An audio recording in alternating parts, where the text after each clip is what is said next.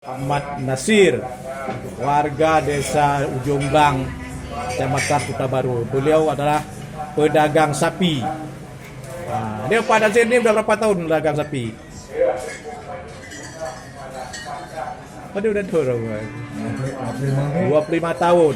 Beliau bawa sapi sekarang ke pasar hewan Sibrek. Jadi berapa dia ambil itu tiket masuk? Ibu nak kasih deh. Apa benda le nyoilen? Okey, dia apa? Padu. Padu sih? Hah? Padu le? Pergi. Padu tambah motor padu. Cerita. Motor di Korbe. Situ ribe.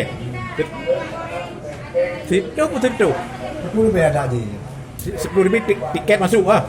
Satu ekor sapi, padu? 15. Berarti total padu pada bang benang.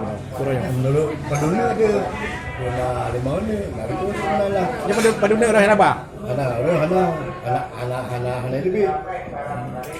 Jadi berapa bagaimana bisnes sapi sekarang ni? Anak lagu. Belum ya.